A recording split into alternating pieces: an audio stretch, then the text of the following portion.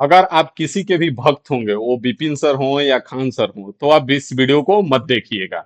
तब आपके लिए ये वीडियो नहीं है। अगर आपको कीड़ा काटता होगा कमेंट करने के लिए, तो भी आप इस वीडियो को मत देखिएगा। आप कमेंट करके जा सकते हैं, कोई दिक्कत नहीं है। लेकिन अगर आपको जानना है कि क्या बात है, क्या सच है, तो ही इस वीडियो को पूरा देखिएगा, और वो पूरा देखने के बाद ही अपने विचारधारा को प्रकट कीजिएगा। क्योंकि बिना पूरा बात जाने अगर आप अपनी विचारधारा को प्रकट करते हैं तो वो कहीं से सही नहीं हो सकता है।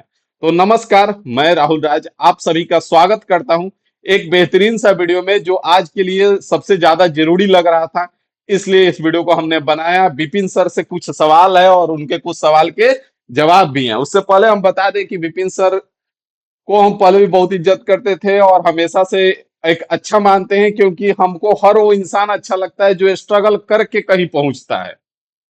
तो वाकई विपिन सर ने बहुत स्ट्रगल किया है और बहुत मेहनत करने के बाद यहाँ तक पहुंचे हैं। तो उनको हम हमेशा से रिस्पेक्ट करते आ रहे हैं। विपिन सर ना हमको जानते हैं अच्छे से, हो सकता है कहीं वीडियो देखे होंगे, ना ही हम विपिन सर से कभी मिले हैं। लेकिन फिर भी विपिन सर को हम बहुत अच्छा मानते थे। बीच में जब वो विधायक का चुनाव के लिए खड़ा हुए थे और राकेश यादव सर आए थे, तो हम दोनों लोग के लिए एक वीडियो भी बनाए थे।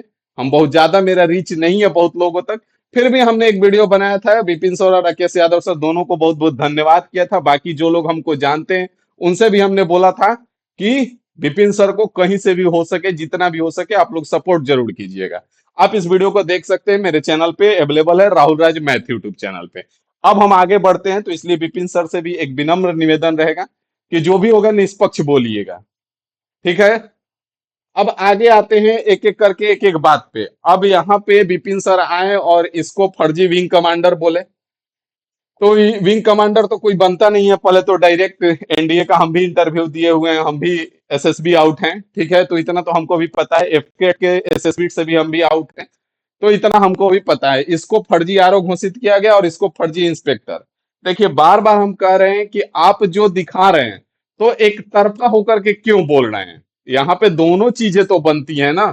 हकीकत तो यही कि कोई भी आता है, सर मेरा रिजल्ट हो गया, मेरा सिलेक्शन हो गया, तो उसके बारे में आदमी प्रमोट करता है। तो आप बस केवल एक आदमी का गलती दिखा रहे हैं कि इन्हीं का गलती है, इनकी वजह से हुआ। ऐसा नहीं है। आप आए दिन देखते रहते हैं कंट्रोवर्सी की, सीजीएल का टॉपर 15 लाख में खरीदा गया, तो उसका ही खरीदा गया, तो उसका ही टॉपर खरीदा गया, तो उसके बारे में भी फिर बोलिए। जब आप निष्पक्ष होकर के अगर बोल रहे हैं, पार्शियलिटी अगर आप नहीं दिखा रहे हैं, तो फिर निष्पक्ष होकर के आप सबके बारे में बोलिए। जो पॉइंट है, एक एक पॉइंट पे आएंगे, हर एक पॉइंट पे बात करेंगे। तो ये कहीं से सही नहीं दिख रहा, बस यही दिख रहा है किसी एक इंसान को आप टारगेट कर लिए हैं और उसको एकदम पूरी तरह से लगे हुए हैं उसके पीछे हाथ धो करके। तो ये कहीं से सही नहीं है, एक शिक्षक होकर के। यहीं से हम लोग दो कौड़ी के बन जाते हैं, और अब तो खैर फूटी कौड़ी के भी नहीं बच गए, अब तो दो कौड़ी से भी खत्म हो चुके हैं। तो इसमें एक आदमी का कहीं से गलती नहीं है। सिलेक्शन लेकर के कोई आता है, अब मान लें कि हम लोगों के पास दो चार दस सिलेक्शन आते रहते हैं, तो इनके पास तो लाखों हजारों के संख्या में आते हैं, आप भी जानते हैं। और हम और आप जब इतने कम स्टूडेंट को पढ़ा करके इतने लोगों का सिलेक्शन दे सकते हैं, तो इनके पास तो इतने सारे लोग पढ़ रहे हैं, तो उसमें से बहुत सारे तो सिलेक्शन होते ही होंगे, इसमें कोई दो राय नहीं है। क्योंकि ये अकेले नहीं पढ़ाते हैं खान सर, बहुत सारे फैकल्टी भी है। आपसे अच्छा कोई जानता नहीं होगा खान सर के बारे में, आप भी बहुत बेहतर तरीके से जानते होंगे। तो ऐसा नहीं है कि सिलेक्शन नहीं होता होगा। और आप हो या हम हो, आप भी तैयारी किए हैं, हम भी तैयारी किए हैं, सब कोई तैयारी कर रहा है।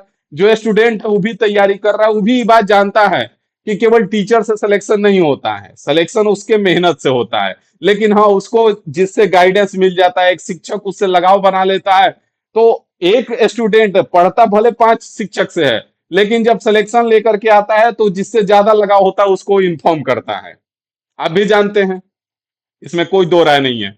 और ये टॉपर खरीद बिक्री तो एक पे क्यों बोलना है, फिर सबको लगाइए लाइन से, फिर तो किसी का बाकी नहीं रहेगा। आए दिन आप सुनते हैं कि सीजीएल का इनकम टैक्स टॉपर 15 लाख में खरीदा गया, तो कोई थार दे रहा है, तो कोई बुलेट दे रहा है, तो वही तो खरीदा ही जा रहा है ना। आप भी जानते हैं, आज के डेट में तो बोली लगने लगा है। तो जब मिल रहा है तभी तो बोली लग रहा है ना। तो कोई एक इंसान इसमें इन्वॉल्व नहीं है, इसके पीछे बहुत बड़ा चीजें हैं और आप अच्छी से जानते हैं। तो कहीं ना कहीं ये चीज सही नहीं है। ये भी जो है इसके वीडियो में हमने भी देखा कि साफ साफ बोला गया है कि मेडिकल अभी बाकी है। तो जो भी बच्चा है वो वीडियो देखेगा तो वो समझ सकता है कि मेडिकल इसका बाकी है, तो इसको विंग कमांडर कहना कहीं से उचित नहीं है। ठीक है, इसने साफ साफ बोला है कि अभी मेडिकल बाकी है उस वीडियो में। बाकी रिटेन और इंटरव्यू ही मेन होता है, जो कि हो चुका, तो हो चुका तो लगभग मान के चला जाता है कि सिलेक्शन हो ही जाएगा। लेकिन कभी कभी मेडिकल में भी इंसान छटता है, तो वैसे ही छट गया। अब दूसरा बात पे आते हैं। अब इस पे आप बताइएगा हमको यही कि आप जब लगा रहे हैं लाइन से, एक ही आदमी के पीछे क्यों लगे हुए हैं? ऐसा क्या है? लगाना है तो सबका लगाइए, सबका क्लास लीजिए, कोई दिक्कत नहीं है। हकीकत सामने आना चाहिए, सबका है भाई। अब आगे बढ़ते हैं, यहाँ पे आगे आ जाइए। दूसरा पॉइंट जो आपने बोला कि कोर्स का प्राइस, तो कोर्स का प्राइस भाई इनका जेन्युइनली आप भी जानते हैं, और आपका भी प्राइस शुरू से ही कम रहा है, हमने भी देखा है। आपको भी बहुत दिन से देख रहे हैं हम, हमने भी देखा है कि आप भी 99 रुपए में, 51 रुपए में, 101 रुपए में बहुत कुछ लॉन्च किए हैं, बहुत कुछ किए हैं। आज से आप भी नहीं लगे हुए हैं इस फील्ड में। लेकिन इस बात को तो मानना पड़ेगा कि इंटरव्यू में इन्होंने जितना भी बोला है कि एक पूरा विषय 200-300 में पढ़ा देते हैं, तो बात सही है। देख सकते हैं इनका 300-300 रुपया प्राइस है, 300-300 रुपया प्राइस है।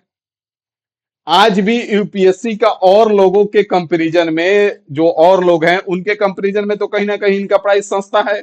इस बात को मानना पड़ेगा। यहाँ पे यूपीएससी का भी बैच इनके पास 10,000 में अवेलेबल है, जबकि लगभग लगभग जितने भी इतने टॉप क्लास के जो इंस्टीट्यूट है जिस रैंक पे ये अवेलेबल है आज की डेट में, वहां पे 10,000 में तो नहीं है। ये बात तो मानना पड़ेगा, 10,000 में कहीं नहीं है।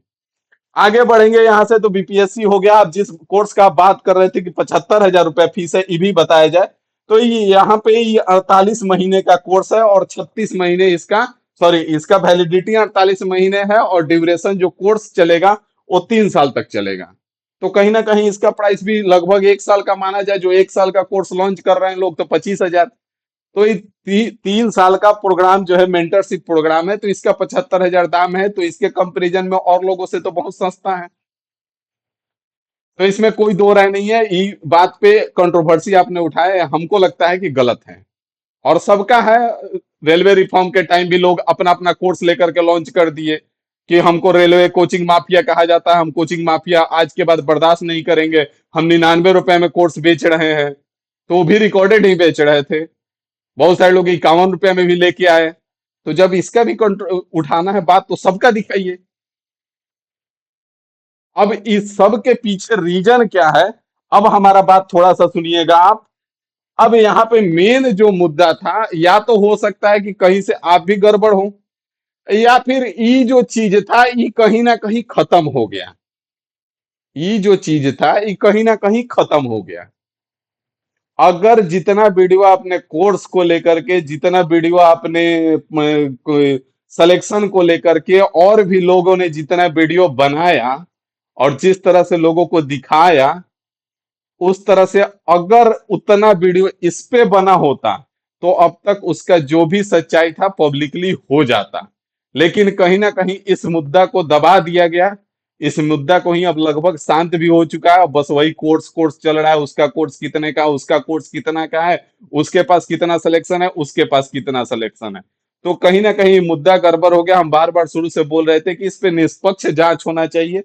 जिसकी भी गलती पाई जाती है, देखिए शुरुआत में जो मामला हुआ, कंट्रोवर्सी हुआ, कोई कम गलती कोई ज्यादा गलती, दोनों हाथ से ताली बजता है, एक हाथ से तो बजता नहीं है। ठीक है, कोई ज्यादा पावर में है, कोई कम पावर में है। तो वहां पे तो हुआ था, लेकिन जब रोशन सर के भाई के साथ वैसा हुआ था, तो उस समय से हम बार बार कह रहे हैं कि इस सब चीज को छोड़ करके निष्पक्ष जांच होना चाहिए, और निष्पक्ष जांच करवा करके जिसकी भी गलती है उसको कड़ी से कड़ी सजा मिलनी चाहिए। बाकी का कोचिंग का कंट्रोवर्सी आज कोई नया नहीं है। कोचिंग का कंट्रोवर्सी चलते रहता है, हर जगह चलता है। तो वो वहां पे हुआ था। चलिए उस बात को मान लेते हैं, कोई ज्यादा पावर में था, किसी को दबा दिया, वहां तक एक हद तक था, क्योंकि एक तरफ से गलती नहीं हुआ था। गलती दोनों तरफ से था, किसी का ज्यादा हुआ, किसी का कम हो गया, लेकिन था तो गलती दोनों तरफ से, चाहे जैसे भी हुआ हो। आप भी देखे होंगे कि क्लास में क्या होता है, एक बच्चा किसी को एक झाप मारता है, और सामने वाला अगर उसको 4 झाप मार देता है, तो गलती किसका हो जाता है? चार झाप मारने वाला का। जबकि ओरिजिनल गलती किसका था? शुरुआत करने वाला का, एक झप मारने वाला का। तो कहीं ना कहीं दोनों तरफ से गलतियां हुई और चीजें ब्लास्ट की आगे हुई। लेकिन यहाँ पे आकर के जो रोशन सर के भाई के साथ हो गया वो बहुत ही दुखदाई था, और इसका किसी स्थिति में भरपाई नहीं किया जा सकता है। कोचिंग वगैरह जो भी चीजें हैं वो सब कुछ टाइम में सब कोई रिकवर कर लेगा। खान सर का भी कोई असर नहीं पड़ेगा, रोशन सर भी वापस अपना सब कुछ ठीक कर लेंगे, ठीक है। लेकिन एक चीज जो रोशन सर खो दिए वो दोबारा कभी पा नहीं सकते हैं, वो दोबारा उनको कभी नहीं मिलने वाला है। तो इस चीज को तो कहीं ना कहीं खत्म कर दिया गया। इसके बारे में तो हम कुछ सुन ही नहीं रहे हैं, कहीं से कुछ पता नहीं चल रहा है।